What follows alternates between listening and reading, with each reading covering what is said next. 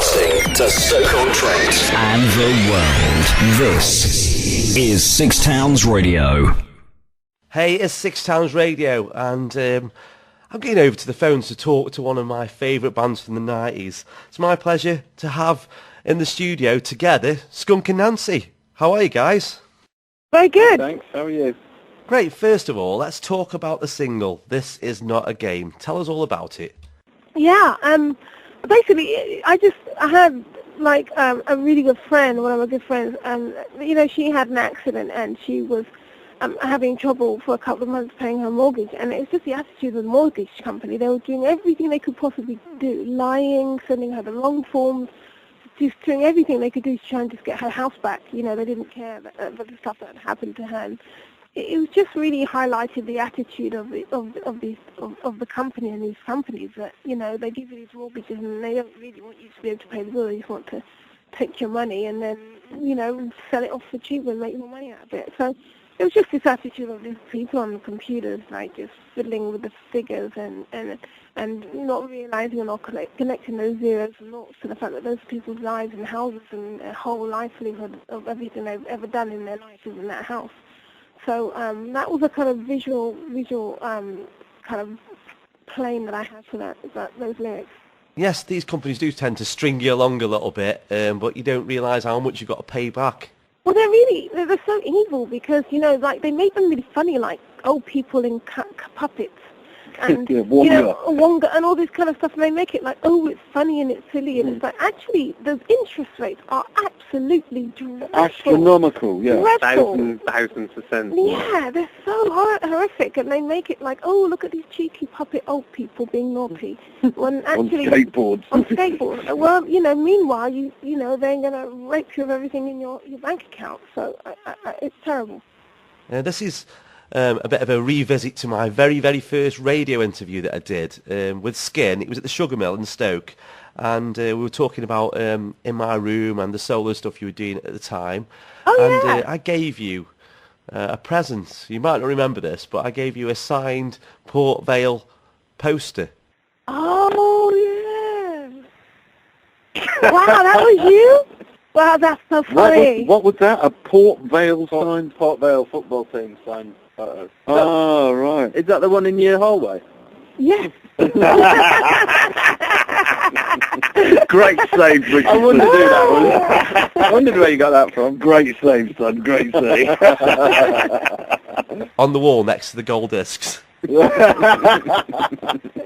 You disappeared throughout the 2000s, but came back, thankfully, in 2009. I saw you in Manchester on the Wanderluster tour, and it was a great, energetic show. The performance itself was a bit of an art, something fabulous to watch.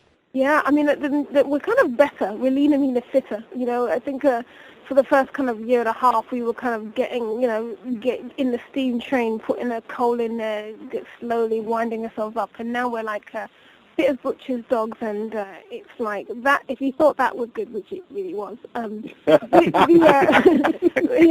remember that gig.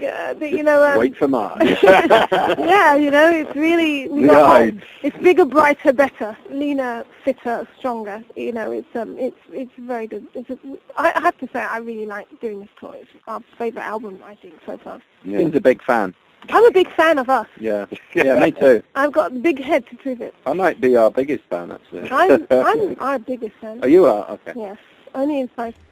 Go you. When it comes to playing live, is there any weak links in the band? Somebody who doesn't like playing as much as the rest? Oh, just a guitarist.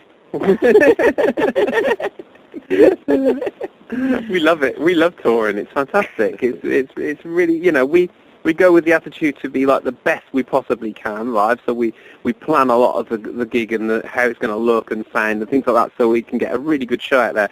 We pick all the songs that we actually like playing, so we don't play anything we don't want to play, really. So we're quite lucky to have such a good back catalogue.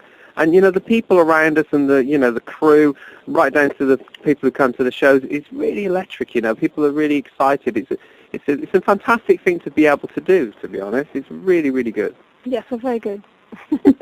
It must be so difficult to sort out a set list. You've got such a great back catalogue and all the new stuff as well. People are going to want so many different songs, so it must be so so hard to decide what to play.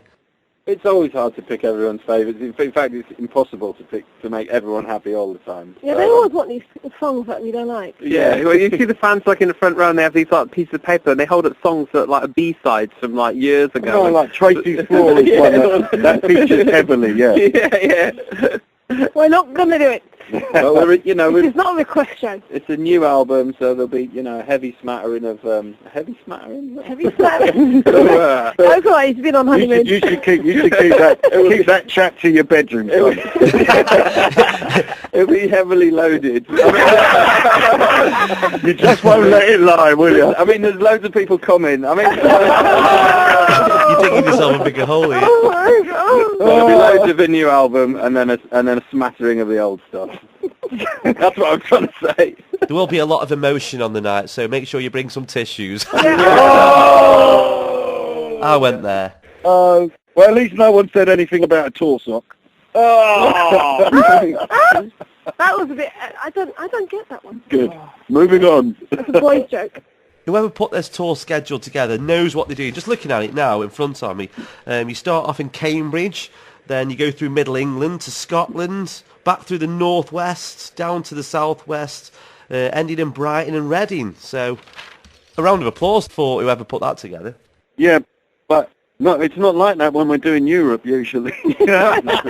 Europe's usually far more eclectic and fun. Yeah, didn't we go from Naples to Brussels or something? Yeah, and then back over to Germany. Yeah, And then off to Moscow. it was almost like we were tacking in a ship across Europe. So we were like a piece of elastic man just booming around the place. But yeah, sometimes it's just the way it is. It's like gigs are on certain nights, and there's certain nights you want to avoid in certain towns. So, but yeah, this has worked out in a nice, beautiful little circle, a lovely arch. You are, of course, heading to Europe straight after the UK bit of the tour. You're going to